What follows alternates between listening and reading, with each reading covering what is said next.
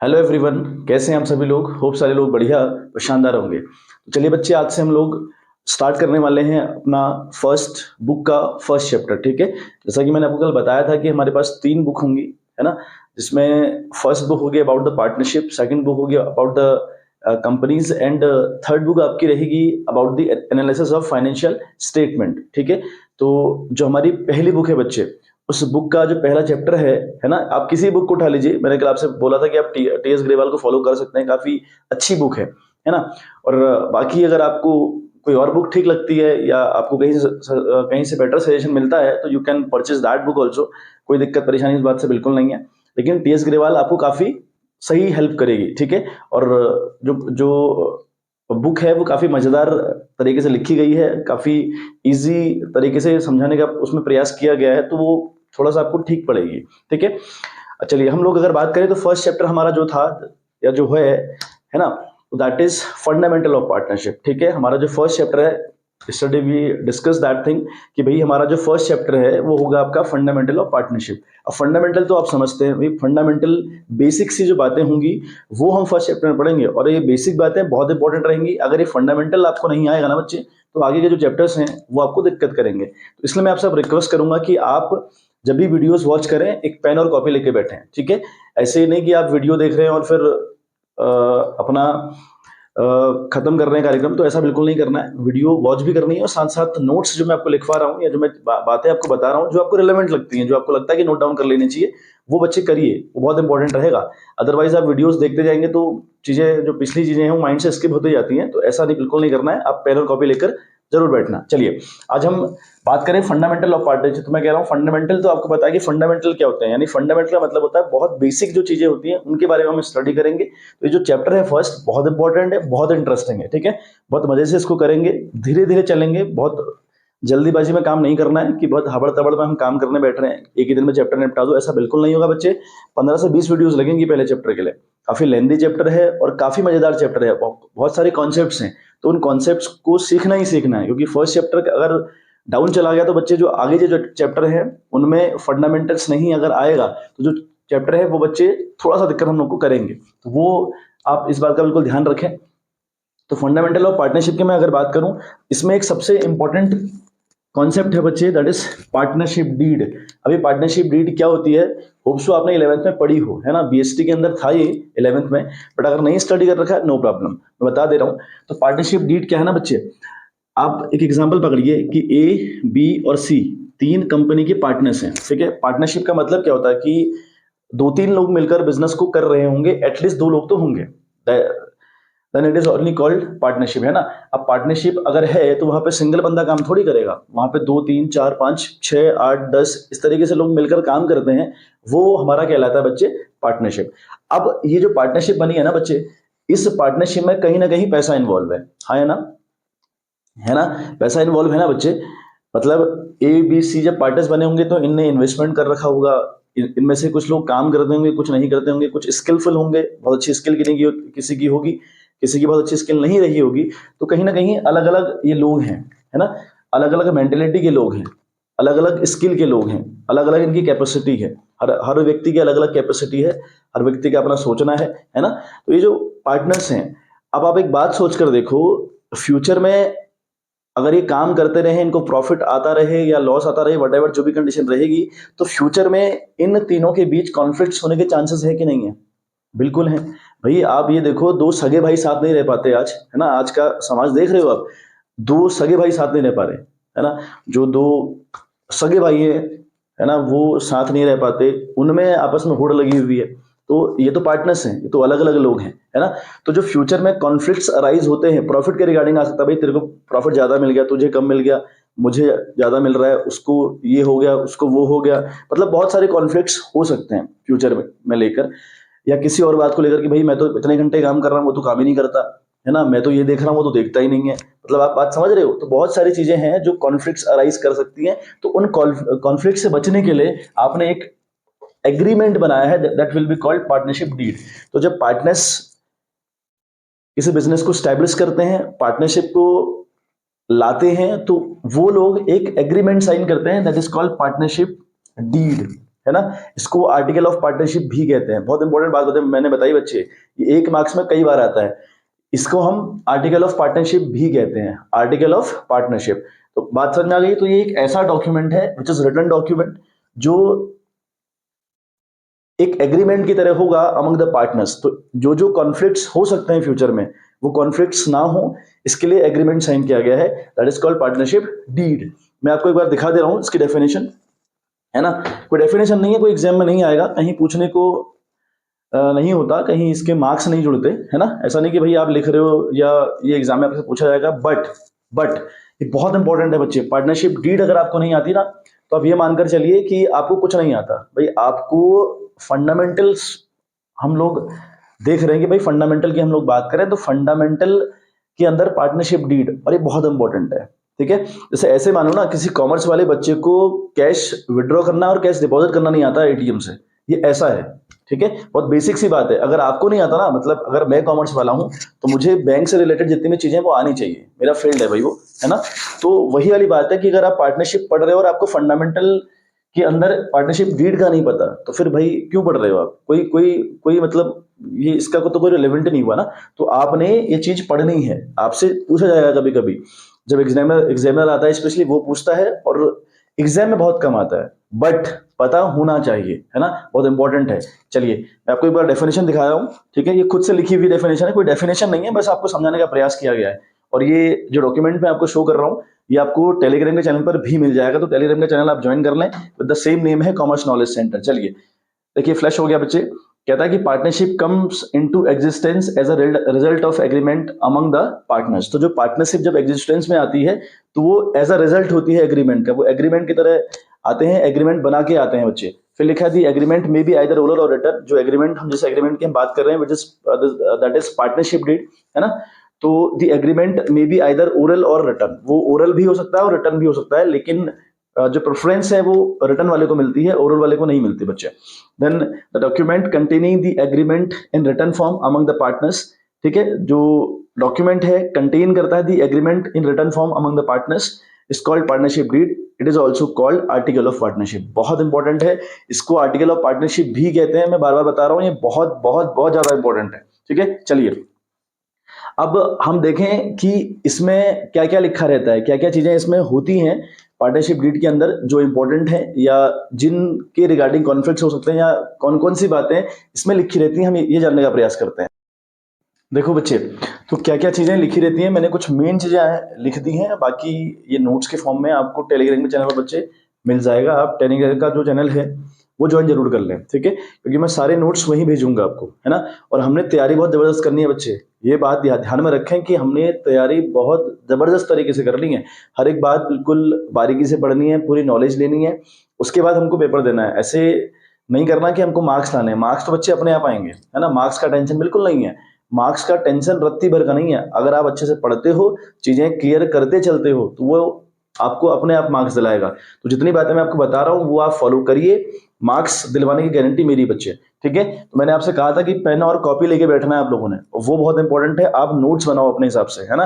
बाकी मैं आपको नोट्स भेजूंगा, ठीक है, वो बात मैं चैप्टर खत्म होने के बाद आपको नोट्स भी सेंड करूंगा, लेकिन मेरे नोट्स अपने वो नोट्स हैं, मेरे अपने दिमाग से वो नोट्स हैं, लेकिन आप अपना दिमाग लगाइए कि क्या क्या नोट्स हमको लिखने चाहिए। जितना मैं लिख रहा हूँ, जितनी चीजें मैं आपको बता रहा हूँ, है ना, जो फ्लैश करवा रहा हूँ आपको, वो सारी चीजें आपने बच्चे लिखनी है एक कॉपी में, ये बहुत इंपॉर्टेंट है। चलिए हम बात करें कि जो पार्टनरशिप डीड है, हमें समझ में आ गया कि क्या होता है। एक ऐसा एग्रीमेंट है अमंग द पार्टनर्स जो फ्यूचर में होने वाले कॉन्फ्लिक्ट्स को रोकता है, या फ्यूचर में कॉन्फ्लिक्ट्स नहीं होते हैं या ना हो, उसके लिए ये एग्रीमेंट जिम्मेदार होता है, मतलब ये नहीं होने देता वो चीजों को, ठीक है। इसमें लिखा क्या क्या रहता है, बहुत इंपॉर्टेंट, बहुत सारी बातें लिखी रहती है मैंने, लेकिन कुछ प्रिंसिपल या बेसिक बातें लिखी हुई है, वरना बहुत कुछ लिखा रहता है। इतना अगर आपको याद हो गया बहुत बढ़िया है।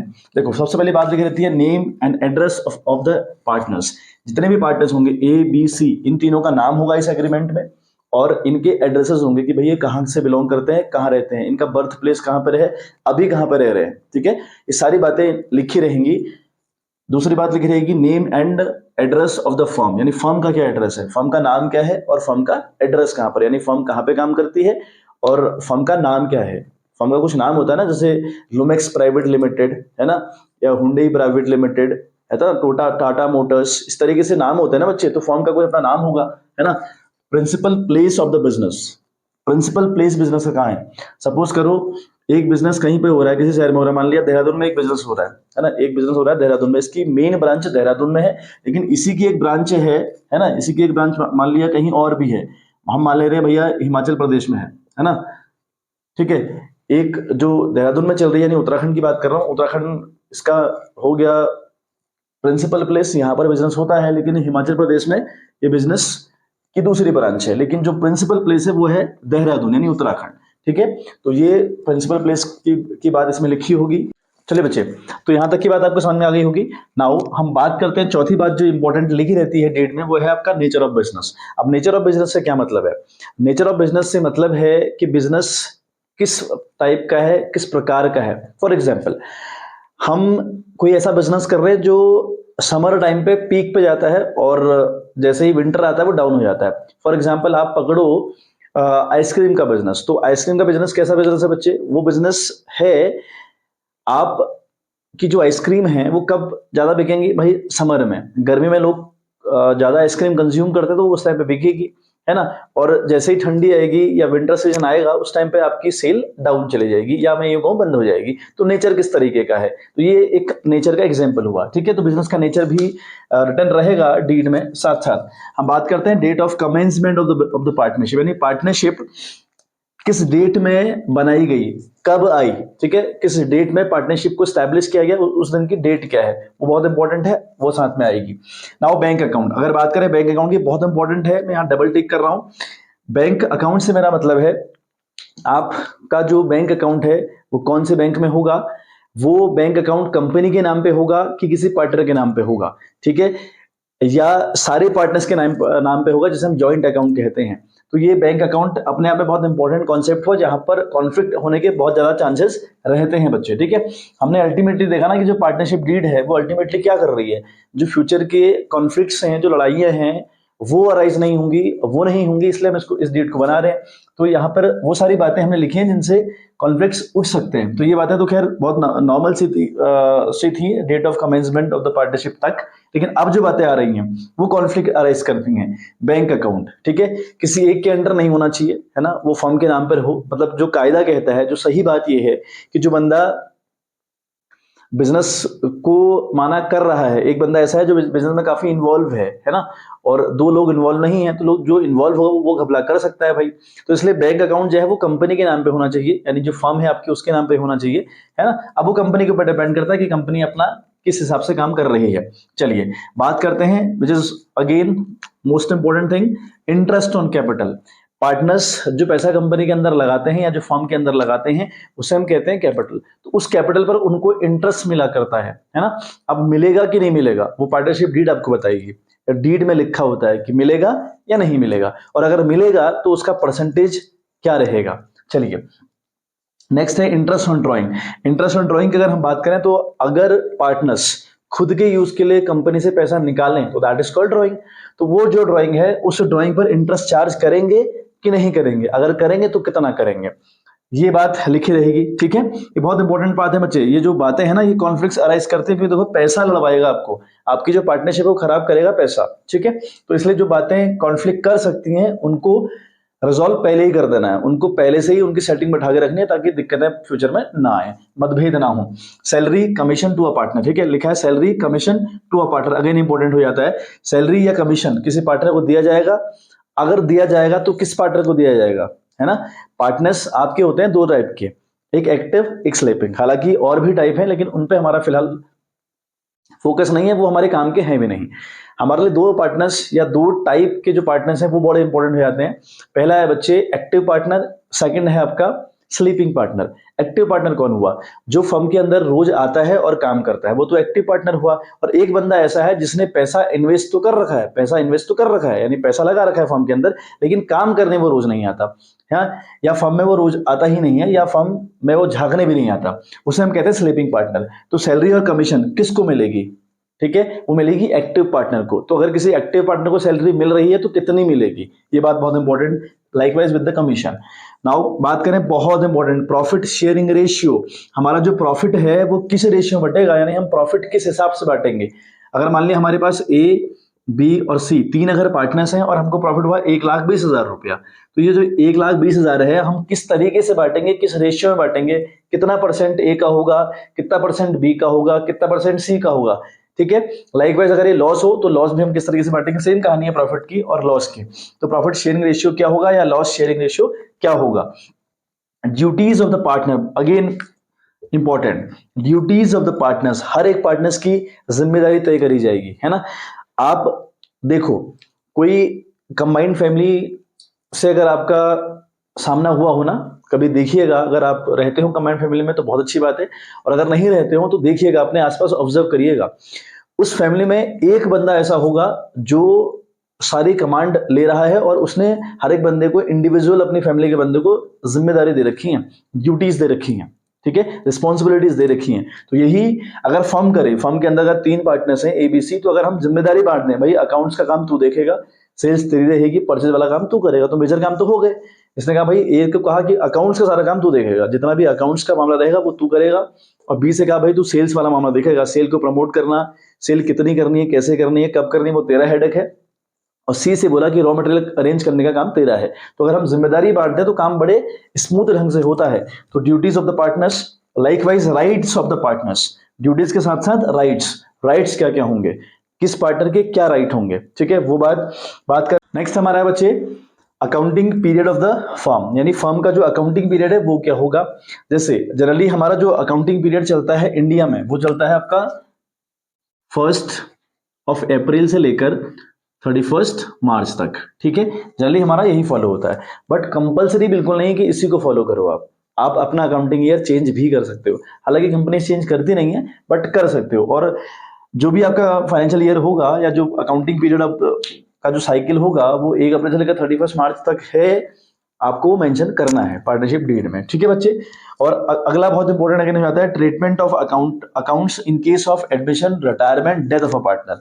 अगर किसी पार्टनर्स का एडमिशन होता है, मैंने आपको जब सिलेबस डिस्कस करवाया था तो बताया था कि एडमिशन, रिटायरमेंट और डेथ वाले कॉन्सेप्ट हमारे साथ चलेंगे या हमारी पार्टनरशिप में हमको पढ़ने हैं। तो एडमिशन अगर किसी का होगा तो क्या ट्रीटमेंट रहेंगे अकाउंट्स के, कैसे मैनेज होगी अकाउंट्स, रिटायरमेंट अगर किसी का होगा तो कैसे मैनेज होगा, डेथ अगर होगी तो कैसे मैनेज होगा। तो ये सारी बातें बच्चे लिखी रहेंगी आपकी पार्टनरशिप डेट में, जो कि बहुत इंपॉर्टेंट है, ठीक है।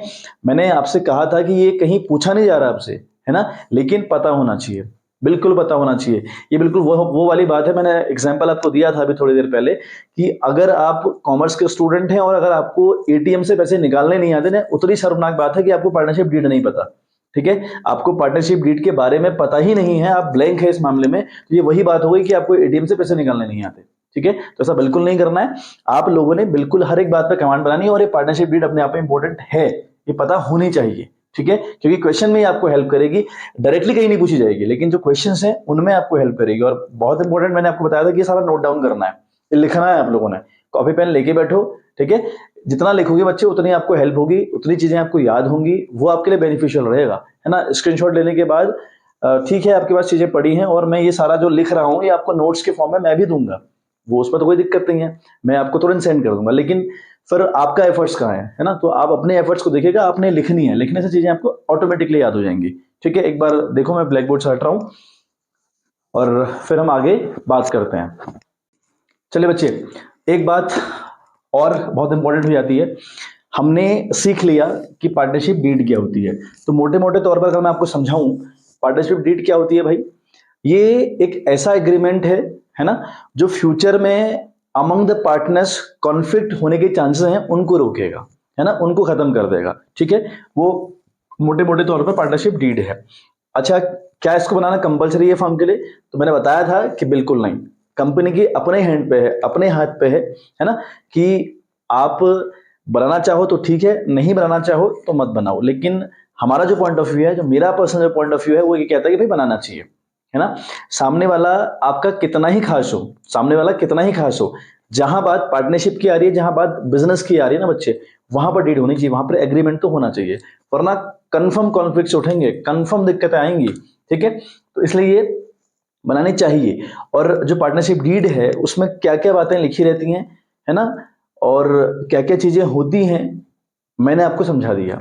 अब एक कंडीशन है, वो ये कि भाई if partnership deed is silent का ये मतलब हुआ कि अगर पार्टनरशिप डीड हुई नहीं या पार्टनरशिप डीड उन लोगों ने साइन करी ही नहीं, जब लोग पार्टनरशिप के अंदर आए तो उन्होंने पार्टनरशिप डीड बनाई ही नहीं या उनने एग्रीमेंट साइन ही नहीं किया, तब क्या होगा, तब क्या क्या चीजें लागू होंगी, है ना, किस तरीके से हमारा काम चलेगा। अभी बहुत इंपॉर्टेंट आपको बताने जा रहा हूं, ये आपके क्वेश्चंस में इंपॉर्टेंट है, ये जो नोट्स में लिख रहा हूं ये आपके क्वेश्चंस को करने में आपकी हेल्प करेगा। ये नहीं पता होगा तो कंफर्म तौर पे आप क्वेश्चन गलत करेंगे, ठीक है। हम कल से क्वेश्चन से स्टार्ट कर देंगे, ठीक है। शायद अगर कल से नहीं तो परसों से, मतलब कुछ और बातें हैं हमारी, तो 2-3 दिन की आप बात रखिए, थ्योरी जो रहेगी वो 2 से 3 दिन की और रहेगी। उसके बाद हमारे न्यूमेरिकल्स पोर्शन चालू होगा, तो न्यूमेरिकल पोर्शन बगैर पार्टनरशिप डीड के नहीं हो सकता। डीड में क्या था बता दिया, डीड अगर नहीं होगी, अगर डीड नहीं होगी, if partnership deed is silent का मतलब है अगर डीड है ही नहीं, पार्टनर्स ने कोई कोई एग्रीमेंट बनाया ही नहीं है, तो क्या क्या लॉज एप्लीकेबल होंगे। पहली बात, प्रॉफिट एंड लॉस, इनका क्या होगा, भाई डीड तो है नहीं। अभी हमने पढ़ा था कि जब डीड थी तो वहां लिखा था कि जो प्रॉफिट और लॉस है उसको किस रेशियो में बांटेंगे, ये लिखा रहेगा। पार्टनरशिप डीड में बताया जाएगा कि भाई ए का कितना हिस्सा होगा, बी का कितना हिस्सा होगा, सी का कितना हिस्सा होगा, वो एक रेशियो लिखा रहेगा। बट अगर डीड ना लिखी हो तो प्रॉफिट और लॉस जो भी कंपनी को होगी वो कैसे बटेगी, तो यहाँ पे कहते हैं कि डिस्ट्रीब्यूटेड इक्वली, वो इक्वल बढ़ जाएगी, वो पार्टनर्स को इक्वल बढ़ जाएगी। लेट्स सपोज 3 पार्टनर्स हैं और हमको 1,20,000 का प्रॉफिट हुआ, तो भाई 40,000 सबको बांट दो, ठीक है, इक्वल बटेगा। तो आपने बात याद रखनी है कि अगर पार्टनरशिप डीड साइलेंट है, यानी जब आप पढ़ोगे ना क्वेश्चंस, जब आप क्वेश्चंस सॉल्व करने बैठोगे तो वो जो क्वेश्चंस हैं उनमें कहीं नहीं लिखा होगा कि प्रॉफिट कैसे बांटना है, तो आप समझ के चलना कि उस क्वेश्चंस के लिए भाई पार्टनरशिप डीड साइलेंट है। बात समझ में आ रही है, मैंने कहा ना न्यूमेरिकल पोर्शन में आपको ये बातें हेल्प करेंगे, तो वहां पे कैसे हेल्प करेंगी, क्वेश्चंस पढ़िएगा, क्वेश्चन में कहीं जिक्र नहीं होगा कि प्रॉफिट और लॉस कैसे बांटना है, किस तरीके से बांटना है, तो जहां नहीं लिखा होगा वहां आपको इक्वल बांटना है। क्लियर है, बहुत बढ़िया। इंटरेस्ट ऑन कैपिटल, है ना, इंटरेस्ट ऑन कैपिटल, अगर क्वेश्चन में इंटरेस्ट ऑन कैपिटल का जिक्र है ही नहीं, ठीक है, तो वो नहीं देना है, नॉट अलाउड। अभी बात क्वेश्चन की हो रही है तो ये पार्टनरशिप डीड के नियम, लेकिन ये सारे एप्लीकेबल होंगे क्वेश्चंस में। तो पार्टनरशिप डीड अगर साइलेंट हो, यानी क्वेश्चन में इंटरेस्ट ऑन कैपिटल के बारे में नहीं दिया जाएगा, तो आप भी नहीं दोगे। अगर इंटरेस्ट ऑन कैपिटल का जिक्र क्वेश्चन के अंदर नहीं है तो आपको नहीं अलाउड करना है। पार्टनरशिप डीड में अगर इंटरेस्ट ऑन कैपिटल की बात नहीं लिखी है तो नहीं देना है। क्लियर है। Now interest on drawing, same with this interest on drawing, अगर इंटरेस्ट ऑन ड्रॉइंग की कहानी डीड में नहीं है, ठीक है, अगर वो कहानी डीड में नहीं है, अगर वो कहानी डीड में नहीं है तो आपको नहीं चार्ज करना है इंटरेस्ट ऑन ड्रॉइंग। क्लियर है, तब आपको इंटरेस्ट ऑन ड्रॉइंग चार्ज नहीं करना है बच्चे। क्लियर है बात, बहुत बढ़िया। सैलरी और कमीशन की अगर हम बात करें, है ना, तो सैलरी और कमीशन भी नहीं दिया जाएगा अगर पार्टनरशिप डीड साइलेंट है तो, मतलब क्वेश्चन में सैलरी देनी है ऐसा नहीं लिखा होगा, कमीशन देना है नहीं लिखा होगा, अगर नहीं लिखा है तो भाई आपने नहीं देना है। तो आपने मोटे मोटे तौर पर एक बात याद रखनी कि जब हम न्यूमेरिकल पोर्शन करने बैठेंगे, हालांकि ये पार्टनरशिप डीड के नियम है, याद कर लीजिएगा कि अगर डीड साइलेंट होती है तो ये नियम एप्लीकेबल होते हैं, लेकिन क्वेश्चन में अगर मैं आपको बताऊं तो आपने छोटी छोटी बातें बिल्कुल याद रखनी है और इसको नोट कर लीजिएगा। बात क्या याद रखनी है कि अगर क्वेश्चन में प्रॉफिट और लॉस को बांटने का जिक्र ना हो कि किस तरीके से बांटना है, किस रेशियो में बांटना है, तो भाई इक्वल बांटो, पहली बात। दूसरा, interest on capital, interest on drawing, salary, commission, इन सब की बात नहीं होगी अगर क्वेश्चन नहीं बोलेगा। बोलेगा तो हम करेंगे, नहीं बोलेगा तो हम नहीं करेंगे। क्लियर है, तो फटाफट से इसको उतारो, लिखो, इसको स्क्रीनशॉट ही लेनी आज, स्क्रीनशॉट वाला नियम बंद है बात से, ठीक है, स्क्रीनशॉट वाला नियम बंद है बिल्कुल। बच्चों खुद के लिए करो, आपको ये बहुत हेल्प करेगा। आप जब नोट खुद से बनाते हो ना, वो आपको बहुत हेल्प करते हैं। अपनी लैंग्वेज में लिखो, जरूरी थोड़ी जैसा मैंने लिखा वैसे आप भी लिख रहे हो, जैसे आपको चीजें समझ में आती है वो लिखो। आप इसके पीछे हिंदी में कहानी लिख दो, क्या फर्क पड़ रहा है उससे, ठीक है। तो चलिए आज की कहानी बच्चे इतना ही, मिलते हैं आपसे in the next video with the new topic, है ना, और बहुत मजे से हम लोग चीजें करेंगे। ये गारंटी मैं आपको दे रहा हूं कि आपका सिलेबस बहुत टाइम पे निपटेगा और आपको हर एक चीज समझ में आएगी, आपको हर एक चीज यहाँ मैं अवेलेबल करवाऊंगा, तो बिल्कुल निश्चिंत हो जाएं। अकाउंटेंसी के लिए तो आप बिल्कुल निश्चिंत हो जाएं। बहुत जल्दी हम बिजनेस स्टडी भी स्टार्ट करेंगे, है ना, हम बिजनेस भी पढ़ेंगे साथ साथ, बस कुछ दिन की बात है, उसकी चल रही है प्रिपरेशन, किस तरीके से हमको आना है उसके लिए प्लान तैयार हो रहा है। तो हम बिजनेस भी करेंगे, तो अकाउंट्स और बिजनेस आपको बहुत तरीके से, बहुत ग्राउंड लेवल पर जाके मैं चीजों को कराऊंगा, तो आप बिल्कुल निश्चिंत हो जाए, ठीक है। और साथ दे मेरा, मतलब आप खुद के लिए मेहनत करें, ठीक है, आप अपने लिए मेहनत करो, वो आपके काम आ रही है, ठीक है। और तभी चीजें अच्छी लगेंगी जब दोनों साइड से एफर्ट्स रहेंगे। मैं आपको पढ़ा रहा हूँ, है ना, मुझे उसके बदले कुछ नहीं चाहिए, लेकिन आपको अपनी पढ़ाई करनी है। तो चलिए मिलते हैं आपसे इन द नेक्स्ट वीडियो, तब तक के लिए bye bye, have a good day.